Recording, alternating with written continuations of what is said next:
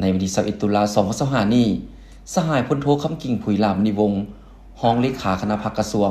รองรัฐมนตรีกระทรวงป้องกันความสงบสหายพลยัตวาหุ่มพันธ์ผิวเข้มพรคณะพรรคกระทรวงรองหัวหน้ากลุ่มใหญ่การเมืองพร้อมคณะได้เคลื่อนไหวเฮ็ดเวียกอยู่กองบัญชาการปกสเขตเศรษฐกิจพิเศษสามเหลี่ยมคำพร้อมทั้งเผยแพร่เสื่อมซึมผลสำเร็จการดำเนินกองประชุมใหญ่ผู้แทนครั้งที่6องค์คณะพรรคกระทรวงป้องกันความสงบเข้าร่วมมิตรสหายพันเอกอนุสินทร์ศักดิ์ประเสริฐเลขาคณะพรรคฐานหัวหน้ากองบัญชาการปกสเขตเศรษฐกิจพิเศษสามเหลี่ยมคำมีคณะพรรคคณะกองบัญชาการหัวหน้าแผนกห้องแผนกหัวหน้ากองห้อยห้องกองห้อยข่ายคุมการจัดสร้างพร้อมด้วยสมาชิกพรรคและนายตำรวจลักแหล่งภายในกองบัญชาการปกสเขตเศรษฐกิจพิเศษสามเหลี่ยมคำเข้าร่วมสหายพลยัตวาหุ่มพันธ์ผิวเข้มพรคณะพรรคกระทรวงห้องหัวหน้ากลุ่มใหญ่การเมืองได้เผยแพร่ผลสำเร็จกองประชุมใหญ่ผู้แทนครั้งที่6องค์คณะพรรคกระทรวงป้องกันความสงบและบทอบรมของสหายทองลุ้นศรีสุริตเลขาธิการใหญ่คณะบริหารงานศูนย์กลางพรรคประชาชนปฏิบัติลาวประธานประเทศแห่งสาธารณรัฐประชาธิปไตยประชาชนลาวต่อกองประชุมใหญ่ผู้แทนครั้งที่6องค์คณะพรรคกระทรวงป้องกันความสงบและผ่านมติตกลงของคณะเลขาธิการศูนย์กลางพรรคว่าโดยการรับห้องเอาคณะบริหารงานพรรคกระทรวงป้องกันความสงบสมัยที่6ซึ่งกองประชุมใหญ่ผู้แทนครั้งที่6องค์คณะพรรคกระทรวงป้องกันความสงบได้เปิดขึ้นในวันที่5สิงหาและสำเร็จลงในวันที่6สิงหา2025ที่สโมสรกระทรวงป้องกันความสงบภายใต้การเป็นประธานของสหายพลเอกวิไลลาคำฟองกรรมการกรมการเมืองศูนย์กลางพรรคคณะเลขาธิการศูนย์กลางพรรครองนายกรัฐมนตรี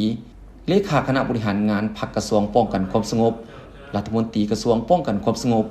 ให้เกียรติเข้าร่วมโดยสหายทองลุ้นศรีสุริตเลขาธิการใหญ่คณะบริหารงานศูนย์กลางพรรคประชาชนปฏิบัติลาวประธานประเทศแห่งสาธารณรัฐประชาธิปไตยประชาชนลาวมีแขกรับเชิญผู้แทนกองประชุมและพนักงานปฏิบัติอาวุโสบำนาญเข้าร่วมกองประชุมใหญ่ผู้แทนครั้งที่6องค์คณะพรรคกระทรวงป้องกันความสงบได้ดำเนินไปด้วยบรรยากาศอันฟดฟื้นและเป็นเอกสารรับรองเอาทิศทางคาดหมายและแผนการเวียกงานยุดสุ่มใน5ปีต่อหน้า2025-2030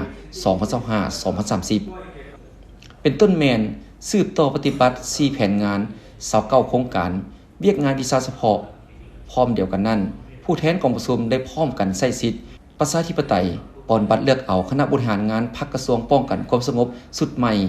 บนพื้นฐานใช้สิทธิประชาธิปไตยถูกต้องสอดคล้องกับมาตรฐานเงื่อนไขที่กำหนดไว้ซึ่งมีผู้ออกสมัครเลือกตั้ง30สหายและเลือกได้27สหายกองประชุมขั้นปฐมฤกษ์ได้เป็นเอกภาพเลือกเอาคณะประจำพรรคกระทรวง9สหายประกอบมีสหายพลเอกวิไลลาคำฟองสหายพลโทคำกิ่งผุยลามณีวงศ์สหายพลตรีสุรินะแก้วประเสริฐสหายพลจัตวานางลีวงลาวลี่สหายพลจัตวาหนูจรก้อนทองดำสหายพลจัตวาคอนสวรรค์สมภาไสสหายพลจัตวาแอนอุ่นอนงนุชสหายพลจัตวากองสวัสดิ์บุญเลี้ยงสหายพลจัตวาปริญญาเอกศรีสมไสแก้วบุญพันธ์กองประชุมยังได้เป็นเอกสารอย่างสมบูรณ์เลือกเอาเลขาห้องเลขาประกอบมีสหายพลเอกวิไลลาคำฟองเป็นเลขาคณะบริหารงานพรรคกระทรวงป้องกันความสงบเลือกเอาสหายพลโทคำกิ่งผุยลามณีวงศ์และสหายพลตรีสุรินะแก้วประเสริฐเป็นห้องเลขากองประชุมได้เป็นเอกสารเลือกเอาสหายพลจัตวานางลีวงลาวลี่เป็นประธานกฎกาสหายพลจัตวาสายคองเพชรสวงศ์สหายพันเอกสุพันทองไขยวงศ์และสหายพันเอกสุวรรณทองเจริญเป็นห้องประธานกฎกาพร้อมเดียวกันนั้นในกองประชุมยังได้ปนบัตรเลือกเอาผู้แทนสมบูรณ์สำรองเข้าร่วมกองประชุมใหญ่ผู้แทนทั่วประเทศครั้งที่12ของพรรคจำนวน20สหายจากนั้นสหายพลโทคำกิ่งผุยลามณีวงศ์รองเลขาคณะพรรคกระทรวงรองรัฐมนตรีกระทรวงป้องกันความสงบยังได้ให้เกียรติโอ้ลมและเน้นให้คณะพรรคคณะบรรษาแต่ละขั้นตลอดฮอดนายและพลตำรวจในทั่วกำลังป้องกันความสงบเขตเศรษฐกิจพิเศษสามเหลี่ยมค